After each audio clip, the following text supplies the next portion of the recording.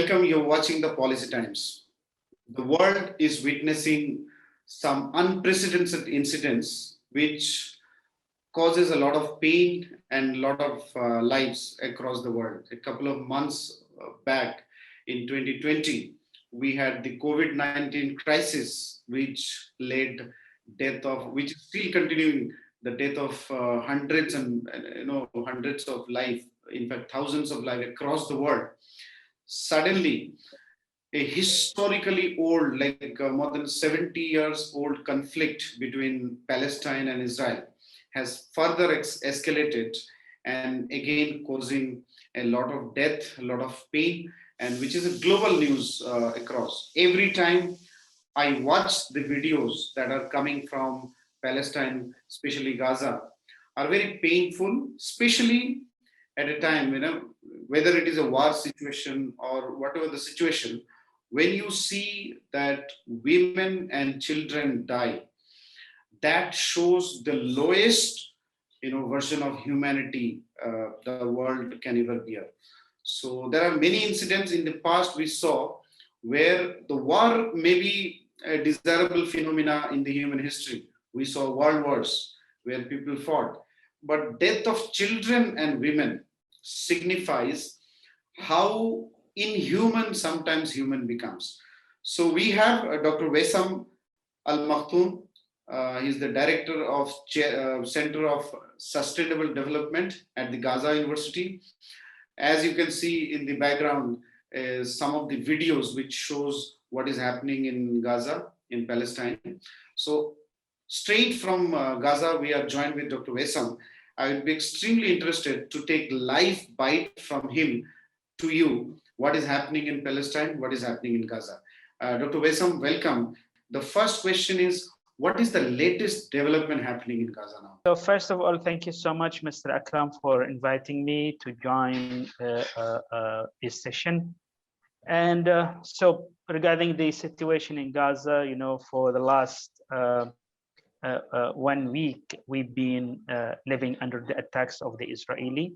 And it is maybe the most massive attacks since this conflict started. As you know, the root cause of these conflicts started in 1948 when the Israeli occupied Palestine, and that escalated through several wars, but it's been intensified against Gaza since 2006, and that put the people under huge pressure and destruction from the Israeli machine of war. And for the current cycle of aggression, it started as the Palestinian in Gaza resisted the actions of the Israeli against the people at Jerusalem, Beit al-Maqdis, where the Israeli forces started to evict Palestinians from their homes and also attacked the people during worshipping at Masjid al-Aqsa, which is the third holiest place for Muslims. And since then, since last week, Gaza is living under huge attacks by the Israeli from the Air Force and the artillery shelling and all kind of weapons, which led to huge destruction in Gaza. And this is up to date, some statistics. This aggression led to more than 180 people killed and more than 600 people injured. And in terms of fatalities, we are talking about a majority of women and kids who've been targeted, where the Israeli destructed a lot of civilian houses and condominiums, apartments, where thousands of people are living. And like several of these attacks targeted these civilian houses where the people still staying at the house, and that led to a lot of civilian fatalities. And in the last 2 days, we had 2 massive attacks on the civilians. So these 2 attacks led to more than 30 people killed. And you can see more than 70% of the those being killed are women and kids. And we have also two surgeons, two medical doctors from the main hospital at Gaza City also were among the victims. What is the international reaction and response to this, and the kind of support that Palestine is receiving? You know, regarding the international support, so like you can say that we have a lot of reactions from the people around the world, whether it's in the Muslim world or in the international community. And that shows the sympathy and the stand of the people, the humanity against this Israeli aggression on the Palestinian. That on the people level, but at the political level, the political international level. So this is quite divided, because like many countries supporting the Palestinian cause, but the superpower globally, they are still standing behind the Israeli, kind of stand, where they still saying that this is kind of a self-defense of Israeli, while they focus on the reaction rather than the action. And if you want to really identify the root cause of this conflict, as I mentioned earlier, it is started with the Israeli occupation since 1948, the suppression of the Palestinians, and also the settlement which expanded all over the Palestinian cities. And even recently, the cause of this cycle of aggression, it started with the the eviction of the Palestinian people from their homes in Jerusalem, at Sheikh Jarrah, and also the attacks of settlers against the the Muslim community and those who are praying at Masjid al-Aqsa, which is the third holiest place for Muslims. So yeah, there is a division in the stand of the international community, but we hope that the efforts of people will mobilize and will maximize to create a pressure on the superpower and the Israeli occupation to end this occupation, which definitely the main dream of Palestinians to have their own state and to live peacefully. So the agenda of the Palestinian, it's not to attack others or to live in peaceful and unstable condition. It is kind of a self resistance and a struggle which started way back, and the main aim is only to be in a peaceful environment, in a peaceful state, like the other countries globally. Okay, so what I understood from the entire discussion is that there has been historically four such conflicts took place. This is the fourth, what I understand. The number one took place in 2006-8. The second was in 2012. The third was in 2014, and now in 2021. There are two angles that we can analyze from this. Number one, whenever there is an election, and the election goes against the Israeli, support base, then there is a conflict that starts. The second is when Israel wants to go for aggressive land acquisition, then that also becomes a part of conflict, which you often agree. So now, what the United Nations suggested the resolution, which party, whether it is Palestine or Israel, which one is not accepting? Am I right to analyze in this that it is during election and during land acquisition that Israel does, or land occupation that Israel does, this kind of conflict take place? Yeah, it's actually linked to the election. And if we want to start from 2006, so this aggression really escalate and been massive since 2006, because we had an election, a democratic election, and the result of this election come against the ambition of the Israeli, where an Islamic movement won the majority of the seats. And that, during that time, the Israelis started to boycott this new government, new parliament, and they impose a siege on Gaza. Since then, you are talking about almost 15, 16 years. And even the current cycle, it is also linked to election, but this time it's linked to the election at the Israeli side, because the Israeli, they had their election in March.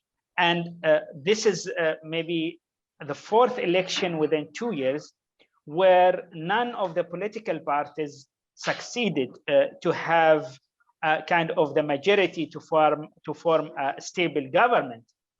And the current government, which is the most extremist government in Israel, so they are trying to gain some political mileage over, using the Palestinian blood. And the current prime minister trying to kind of form a government and gain some political points using the Palestinian conflict. And regarding the United Nations efforts, there have been 3 meetings for the last 1 week, but they failed to have a resolution because the representative of the US stand against the resolution, claiming that there are some diplomatic efforts to have a ceasefire, and that's still early, to have a decision from the United Nations,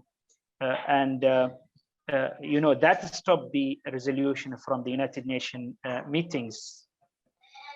Thank you. And how do you see, when is this escalation going to end? This is from some media reports, because there are a lot of efforts now from Egypt, Qatar, United Nations, and also the US to mediate and try to reach a long-term ceasefire. There is a lot of analysis and reports says that might succeed within 2 to 3 days. So it means like by end of this week, they might reach an agreement on a ceasefire or a long-term ceasefire. Thank you. So we had Dr. Wesam from Gaza, Palestine, sharing the live footage and live development that is happening in Gaza, in Palestine. A couple of, just to summarize the discussion. So number one, this is the 4th escalation that took place, and most of these escalations take place during elections. The last 2006, and then further escalations took place when the Islamic Party won the election in Palestine, which was against Israel, as they were very pro-Palestine. So that was the reason. So Israel tried to suppress that and tried to form government which is pro-Israel, and that is how we saw a long tenure time. Arafat, I think, was ruling from other part of the country, Palestine, which is very, very much pro-Israel. The second thing is this maybe, time. brother, I think maybe just to kind of, to be kind of correct some of the terminology. So, as you know, we have in the political system, we have in Palestine, we have several Palestinian factions. So mainly we have 2 factions: the Islamic movement and the Palestinian Authority, the Fatah, right? And basically we have 2 approaches here to solve the Palestinian issue. One, the Islamic believing in the resistance, the military resistance against the occupation. The other one, the Fatah, which is part of, or the big player at PLO, the Palestinian Liberation Organization. So it was taking also leading the struggle from 1965, but it was again a military approach up to 1994, where they have a negotiation with the Israeli and reach agreement for peace, where the basis of that agreement to have a state in Palestine at the 1967 border, which is in West Bank and Gaza. But that agreement failed because the Israeli did not commit to the agreement, right? I I prefer not to talk in terms of against and pro, because all the Palestinian factions, they are against the Israeli occupation. They are trying to end the occupation, but in a different approach. And this is within, different in views and strategies. But definitely all the Palestinian factions, whether we are talking about Islamic or kind of non-Islamic or whatever you want to call it, they all fight for the end of the occupation, but using a different strategies. Very actually disheartening to know. So yes, we had Dr. Wesam. We discussed this, but one point that I got, that because there are a lot of elections taking place in Israel, and there is no concrete government being formed with a uniform majority, they are trying this as a, just to attract diversion or attention of the people, and they are kind of unifying people in Israel so that their election result can be suppressed, and this can be a nice point to again rebuild the nationalism sentiment within the country. That is what I get the sense from Dr. Essam. But as you see the pictures in the background, it's really disheartening to see that, and it is high time that the world should take a very strong stand and find a solution to this cause. Policy Times, we thought, because this is a humanitarian crisis, we will do a series of discussions taking opinion and views on the ground or from the ground from Palestine, as well as we'll try to take some international view on it. Thank you. Keep watching the Policy Times.